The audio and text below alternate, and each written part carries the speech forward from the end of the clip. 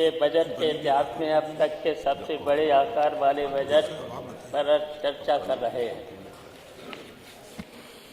लगभग 7.36 लाख करोड़ का बजट बहुत बड़ा है। सिर्फ बड़ा होना बड़ी अच्छी बात नहीं है,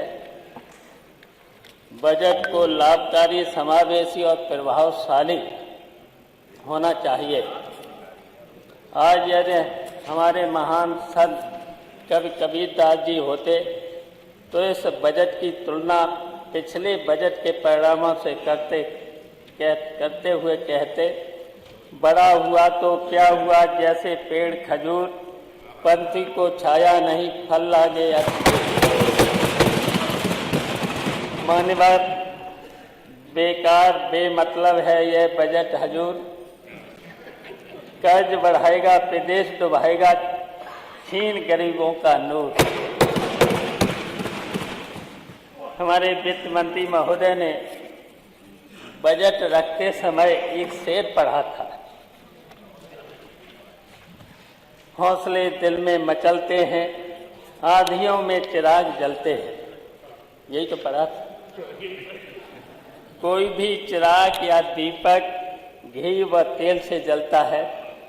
किसान विरोधी नीतियों के कारण घी उत्पादक वर्ग अपना पेट नहीं पाल पा रहा है।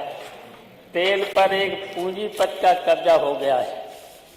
घी व तेल दोनों गरीबों की पहुंच से दूर जा रहे हैं। गरीब का दीपक अंधेरे में नहीं जल पा रहा है। वित्त मंत्री जी आंधी में चिराग जला रहे हैं। जनता भी एक शेर पढ़ रही है, कैसी मसालें लेके चले तीरगी में आप, कैसी मसालें लेके चले अंधेरे में आप, जो रोशनी थी भी वो भी सलामत नहीं रही। हिम्मत से कहो, सच तो बुरा मानते हैं लोग, रो रो के बात कहने की आदत नहीं रही। महोदय, प्रदेश के इतिहास का यह तब तक का सबसे बड़ा यह बजट छलावा है, आंकड़ों और अफसरों की बाजीगरी है। महोदय, मर्यादा पुरुषोत्तम भगवान राम के प्राण प्रतिष्ठा का आयोजन हुआ, अच्छी बात, लेकिन राम मंदिर तो पड़ाव है। लक्ष्य राम राज्य की स्थापना होना चाहिए। काश आप पूरे प्रदेश को अयोध्या बनाने और पूरे प्रदेश में राम राज लेने का ख्वाब देखने वाला बजट प्रस्तुत करते। महोदय, गोस्वामी तुलसीदास जी ने रामचरितमानस में राम राज के बारे में लिखा है, देहिक देविक भौतिक तापा, राम राज नहीं कहूँ व्यापा। मानस में तुलसीदास राम राज के बारे में लिखा है, राम राज में किसी को भी दैहिक यानी शारीरिक कष्ट नहीं था, दैविक आपदा भी नहीं कहीं पर आती थी, भौतिक यानी आर्थिक मानसिक कष्ट नहीं होता था। तुलसीदास ने लिखा है, अल्प मृत नहीं कबहू पीरा, सब सुंदर सब ब्रज शरीरा। आज अस्पतालों में रोज लाशें निकल रही हैं। एनसीआरबी के अनुसार सबसे अधिक अल्प मृत उत्तर प्रदेश से दर्ज हुई हैं। अध्यक्ष महोदय, असली रामराज लाने में यह सरकार पूर्णतः विफल है। महोदय, माननीय अध्यक्ष जी, अब हवाएं ही करेंगी रोशनी का फैसला, जिस दिए में जान होगी वही दिया रहेगा।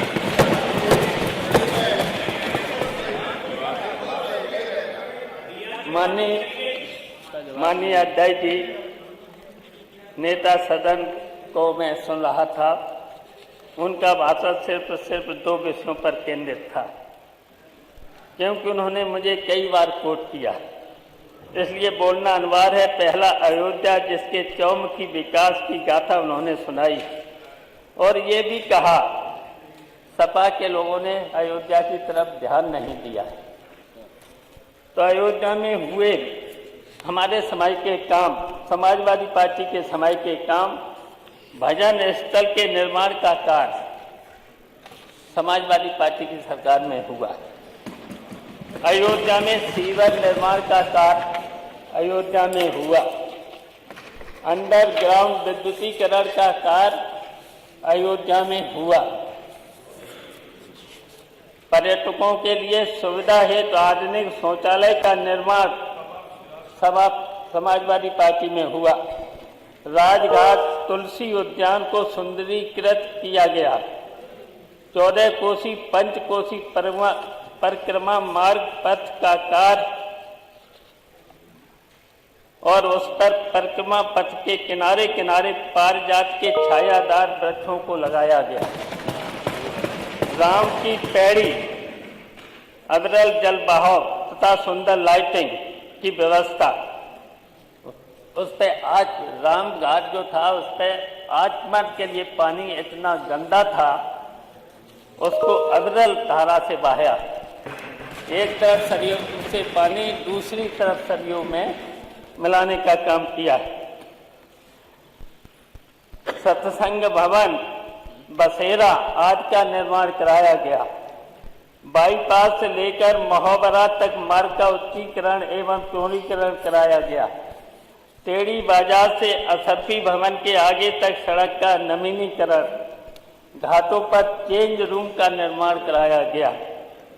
महोदय, बस हमने उसका प्रचार इवेंट और मीडिया मैनेजमेंट नहीं किया था, जिसकी वजह से जब मैनेजमेंट मीडिया और ये सब नहीं किया था, उसकी वजह से जो धन बचा था तो उत्तर प्रदेश की जनता की भलाई के लिए किया गया, उत्तर प्रदेश का विकास किया गया। दूसरा, इनके सदन में आने के बाद अचानक कभी कभी नेता सदन को मेरी चिंता हो जाती है। ऐसा प्रतीत होता है मानो सदन में कोई कार्यक्रम चल रहा है, चाचा पर चर्चा। ये लगता है चाचा पर चर्चा। आपके माध्यम से मैं कहना चाहूंगा, चाचा पीजीए के थे, हैं और रहेंगे। दादी समाजवादी थे, हैं और रहेंगे। अखिलेश के चाचा थे, हैं और रहेंगे। माननीय अध्यक्ष जी, वित्त मंत्री जी महोदय, आपको पता मैनपुरी के उपचुनाव में लग ही गया। जब कोई फुटबॉल का अच्छा खिलाड़ी मिलता है तो गोल ठीक हो जाता है। मेरी चिंता से ज्यादा मेरे साथी की चिंता होना चाहिए हमसे ज्यादा, जिन्होंने अभी दिल और दल बदला है। इनकी चिंता होना चाहिए, नहीं तो फिर आ जाएंगे इधर।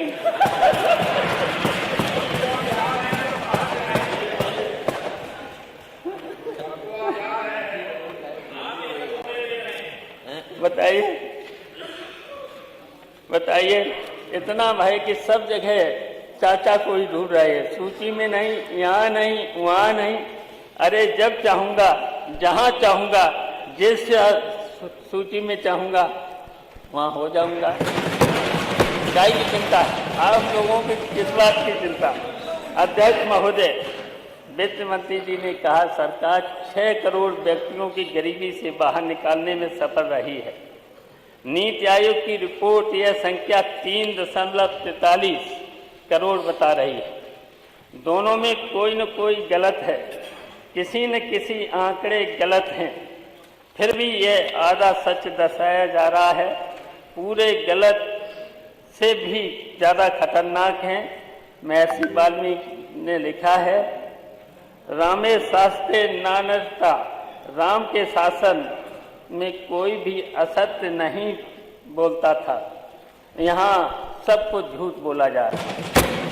सच्चाई यह है कि अध्यक्ष महोदय, नीति आयोग के अनुसार उत्तर प्रदेश 22.92% लगभग 23% आबादी गरीबी रेखा के नीचे अमानवीय परिस्थितियों में जीने।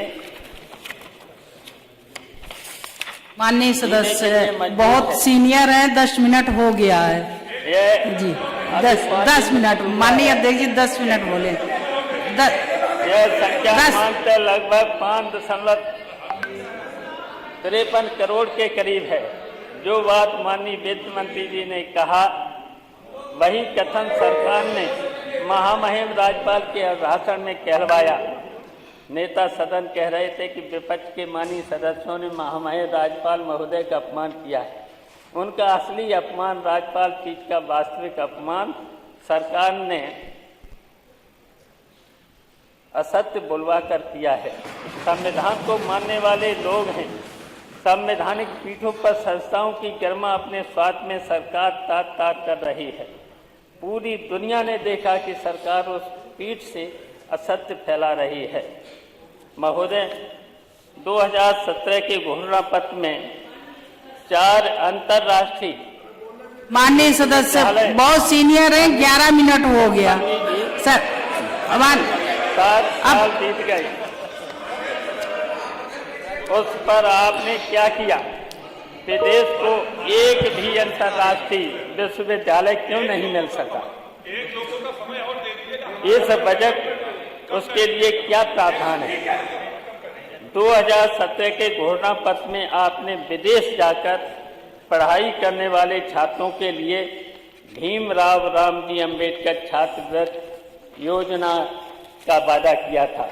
महोदय, आज 7 साल बाद उसके लिए बजट में प्रावधान क्यों नहीं किया? पीएचडी को न्याय देने के नाम पर सरकार इतनी उदासीन क्यों हो जाती है? इसी तरह आपने 70 लाख नौकरी देने का वादा किया था, उसका क्या हुआ? रोजगार देने के नाम पर सरकार सिर्फ कागजी वादा कर रही है, कहीं कोई मंशा नहीं है। सरकार की रोजगार बढ़ाने को लेकर बजट में रोजगार को लेकर सिर्फ खोखले वादे हैं, कहीं कोई इच्छा शक्ति नहीं दिख रही है सरकार की। सरकार यह भी बताए कि केंद्र और राज्य सरकार की महत्वाकांक्षी स्मार्ट सिटी योजना का क्या हुआ? प्रदेश को कितनी स्मार्ट सिटी मिल सकी? आपके बजट में इस पर खामोशी है। पूरे बजट में इस दृष्टि का भाव है कि लोगों के हाथों में नकदी कैसे पहुंचे। एमएसएमई और बड़े उद्योगों का फायदा प्रदेश की जनता तक कैसे पहुंचेगा? माननीय सदस्य जी बहुत सीनियर हैं और बनाना चाहती है। अगर लोगों के 13 मिनट हो गए, नहीं होगी, 3 मिनट अधिक हो गए 10 मिनट के लिए। मैं अब तो डिमांड कैसे पैदा हो? और बिना डिमांड पैदा हुए अर्थव्यवस्था को गति नहीं मिल सकती। तो 2 लोगों का काट ऐसे में लोगों को काम के बदले नकदी दीजिए, किसानों की उपज का बढ़िया दाम दिलवाइए। अगर इतना आप कर सके तो अर्थव्यवस्था को गति मिल जाती। उत्तर प्रदेश में जब हमारी समाजवादी सरकार थी तो माननीय सदस्य जी अब बंद करिए। आप प्रदेश में निवेश आए और लोगों को पलायन से मुक्त। विधायक पीयूष रंजन निषाद जी, रोजगार के अवसर, विधायक पीयूष रंजन निषाद जी, माइक बंद कर दीजिए। माइक बंद कर दीजिए। अध्यक्ष जी 10 मिनट के लिए बोल रहे हैं। मेरी बात तो सुनिए। मेरी बात सुनिए, मार्शल को बुलवाएं। यहाँ एक सदस्य का हमारे कम कर दीजिए, जिसका भी कम कर लीजिएगा। इधर ज्यादा बुलवा लीजिएगा एक आदमी को, हमारे कम कर लीजिए। तो 3 मिनट ज्यादा बुलवा लीजिएगा। एक के बीच में महोदय, इस बजट में पंडित दीनदयाल उपाध्याय हमारे सदस्यों में से 2 सदस्य, आप एक सदस्य कम बोल लेंगे, बात हो जाएगी।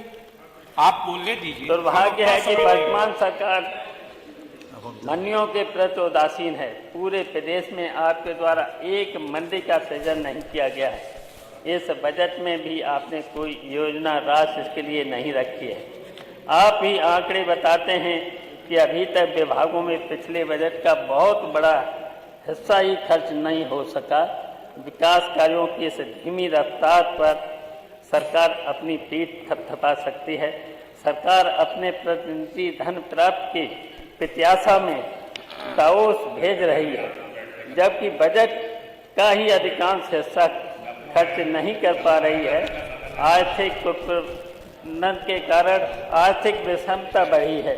यह दुर्भाग्य है कि खस्ता हालत, कानून व्यवस्था, कागजी निवेश, नकारात्मक विकास और किसानों की दुर्दशा बावजूद यह सरकार अपनी पीठ ठोंक रही है। हर मोर्चे पर दुर्गत और असत्य ही इस डबल इंजन सरकार की उपलब्धि है। सरकार के कुछ नेताओं को समाजवाद से क्या चिढ़ है, समझ से परे है, जबकि समाजवाद हमारे राष्ट्र नायकों का सपना है। चंद्रशेखर आजाद, भगत सिंह जैसे विचारमान क्रांतिकारियों में समाजवाद व स्वतंत्रता के स्वप्न को साकार करने के लिए हिंदुस्तान समाजवादी गणतांत्रिक सेना बनाई गई थी। हमारे संविधान की प्रस्तावना में समाजवाद नियत है। लोहिया व लोकनायक जयप्रकाश का सपना समाजवाद है। समाजवाद का विरोध रामराज का विरोध है, हमारी महान विरासत के खिलाफ है। अध्यक्ष महोदय, हमारे महान लोकतंत्र की खूबी है कि अहंकार और सत्ता लंबे दिनों तक नहीं चलती है। ब्रिटानिया हुकूमत को हमारे नायकों ने पलटा, कई जालिम सरकारों को हमारे पूर्वजों ने पलटा।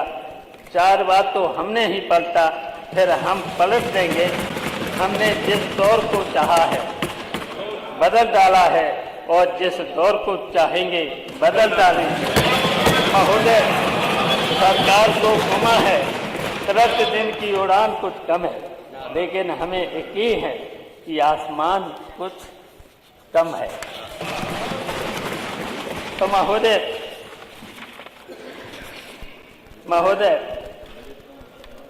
हम बस इतना ही कहना चाहते हैं, ये बजट जनता के हित में नहीं है, प्रदेश के हित में नहीं है। तो इस बजट में केवल धोखा है।